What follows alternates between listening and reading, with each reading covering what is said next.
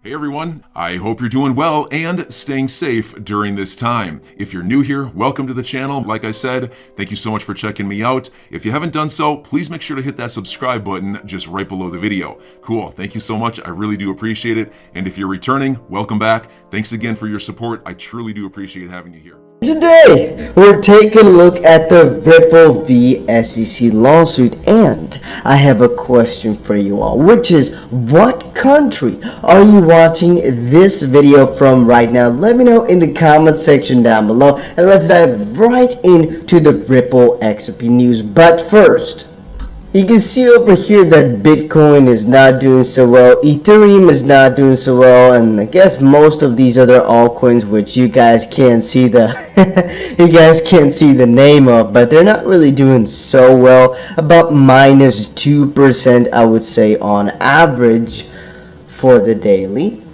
But, and this is a very important thing, Bitcoin did get rejected at 45,000 and is still actually looking quite good.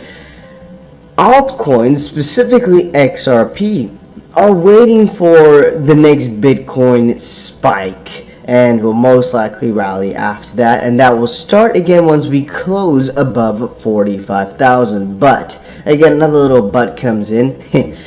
XRP, the reason we cover this lawsuit so often, a lot of you guys think it's annoying. I've noticed now. Before, people used to be really ecstatic about it. Right now, I'm seeing a lot more, less enthusiasm. Let's call it like that. You should understand that whatever is happening in the lawsuit will be the most important factor for the XRP price. The XRP price, by the way, is this one right here, under USDC at number 6 right now at 82.82 or 0.30%.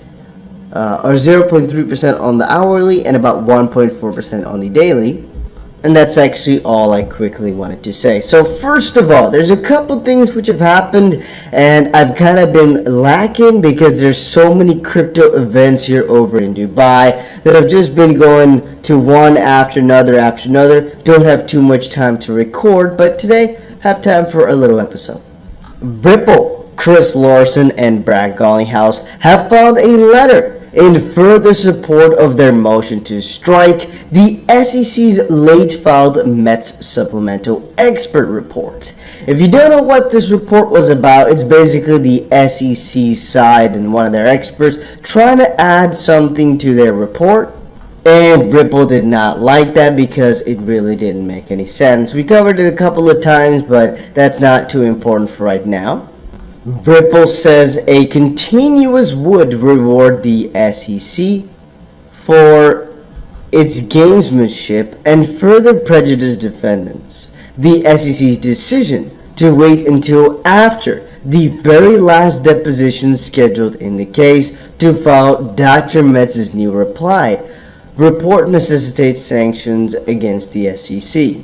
Jeremy Hogan also had a couple of very interesting words on the matter, saying, Ripple, gamesmanship, prejudice, sanctions. I would say the gloves have to come off. XRP Crypto Wolf replied saying, Ripple should have taken the gloves up from the start. The SEC plays dirty, but the XRP army has been digging up all that dirt. Then Jeremy Hogan says, I tend to agree with you.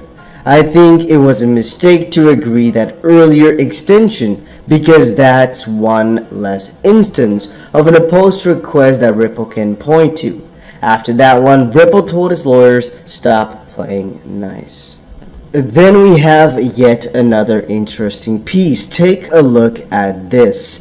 The first one came out in the morning on the 25th. This one came out a little bit towards the evening on the 25th, and it reads, Ripple v SEC, the individual defendants' request for extension of time to file their answers was granted in a text-only order.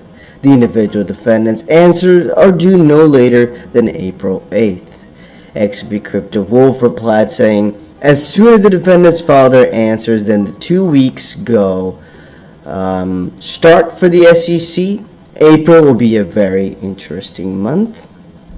And Really Rich said so. April 8th, their answers will be in, and then the 2-week clock starts. And James Fillon replied saying they can file their answers sooner than April 8th, and the clock starts to run when the answers are filed. So, at maximum, April 8th, but surely before that. Why is it so laggy? What is this? Alright, we continue without the video. It has to happen, alright? Defendants file a motion for extension of time to respond to the SEC's proposed redactions. Again, quite a lot of things have actually happened over the last 24 to 36 hours. Defendants file a motion for extension of time to respond to the SEC's proposed redactions. Let's read. Pursuant to Part IG of the Court's individual practices, we write on behalf of Bragg Garlinghouse, Chris Larson, and Ripple Labs, Inc., and with the consent of the SEC, to request an extension for the deadline for defendants to file a response to the SEC's letter seeking leave to redact portions of 4 sets of notes. Defendants requested that the SEC produce the notes with the requested material redacted so defendants can assess whether and to what extent they have objections to the proposed redactions. The SEC has represented that it will produce the documents by early next week, and the parties have agreed, subject to the court's approval, the defendants would then file a response within 3 business days from the date on which the SEC produces to defendants the documents containing the SEC's proposed redactions. Defendant's response was originally due on March 28th, and this is defendant's first request for an extension of time for this response. Crypto Wolf had to say, the XRP lawsuit made me realize why our court system is so broken. And in reality here, this entire lawsuit is making me sick to my stomach purely because it takes so long! And then somebody also said, Crypto Queen, I think that this was a good move on behalf of Ripple. The SEC will produce the documents early next week and they want them redacted. Ripple now has 3 days after that response, after that to prepare and respond as to why there should not be any redactions. It's a good move in my honest opinion. And I'm actually going to agree with her by saying, yeah, it makes a lot of sense that they did this, and I don't think it's actually a weird thing. Then again, it does add up in terms of time. Now, I'm not exactly sure that this is actually going to delay any other important process in the sense that it's actually going to make the case last any longer, but it makes something last a little bit longer. Then again, the kind of caveat to it is maybe for just a couple of days they have such a better position that it kind of takes away time again for the entire case, and that's something to think about. Now, Saint Range said something which I think a lot of you guys can relate to. I hate coming across as conspiratorial, but this all feels staged to me. Maybe it's just the cadence of how our judicial system works. The way this is unfolding with all the geopolitical intrigue, currency wars, and the redacted documents, it really feels like a movie. Now, the redacted documents part is not so insane to me, except for the fact that I would have found it very logical if the SEC handed over the majority of their information, purely because it is, in my own opinion, up to the SEC to educate the United States, right? The US SEC. If people are unaware, or they're trying to claim that people should have known something, then I think it's only in their best interest as well to showcase how they should have known by whatever policy that they provided.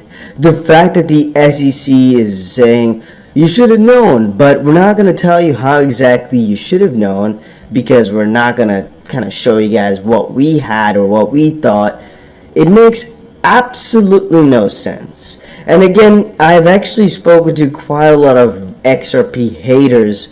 You guys probably know a lot of YouTubers who didn't like XRP before. The majority of them kind of turn around, and even though some don't believe that the SEC, the SEC keep it overruled or that Ripple will win, The majority of those guys have changed their mind a little bit because they're noticing that this is indeed kind of strange.